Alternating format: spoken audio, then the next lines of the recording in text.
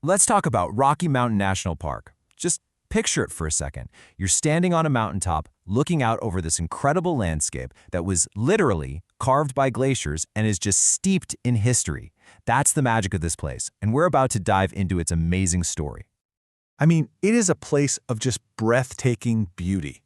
It's no wonder it's consistently one of the most visited national parks in the entire country. But don't let that peaceful scenery fool you. The journey from a remote, wild place to a national icon, well, that's a story of conflict, passion, and change that's just as dramatic as the landscape itself. So, what is it? What's the secret sauce? What draws millions and millions of people here year after year? What's the magnetic pull of these mountains?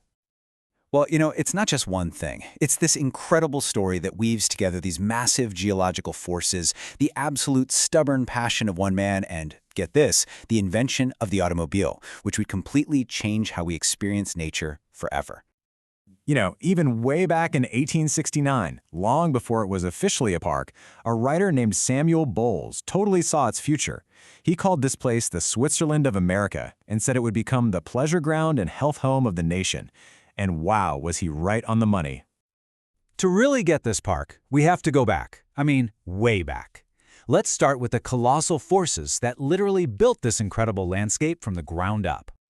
Okay, so the park's creation story basically happened in 3 epic acts. First, about 1.7 billion years ago, this ancient mountain range pops up, only to get completely worn down to nothing.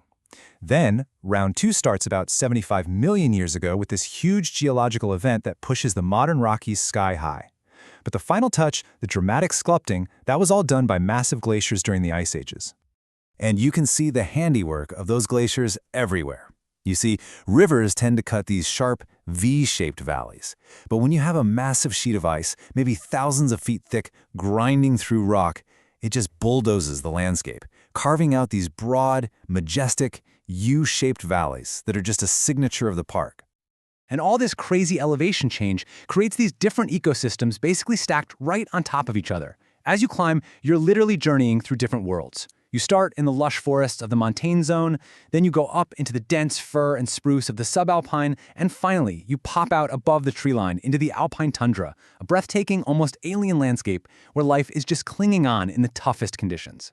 So for a long, long time, before it was a park with roads and trails everywhere, this place was seen as this remote, almost mythical, untouched wilderness. Just look at this contrast, it's amazing. On the one hand, you have the vast, complex wilderness as it was mapped in 1915. And on the other, that's the town of Estes Park in 1903. Just a tiny little cluster of buildings. It really shows you what a small human footprint there was in this massive, untamed landscape. For thousands of years, this was a seasonal hunting ground for Native American tribes, like the Ute and Arapaho. And the first pioneers who settled here, people like Joel Estes, they were drawn by that same incredible beauty, but also had to deal with this deep, profound isolation, especially during those brutal winters. But everything was about to change. At the turn of the 20th century, 2 powerful new forces came crashing into this isolated valley, a man with an unshakable vision and a revolutionary new machine. So on one side, you've got Enos Mills. He's this naturalist who fought for years to protect this land, earning him the nickname Father of the Park. And on the other side, you've got F.O. Stanley, the guy who co-invented the Stanley Steamer automobile. He came for his health, but he saw huge potential for tourism.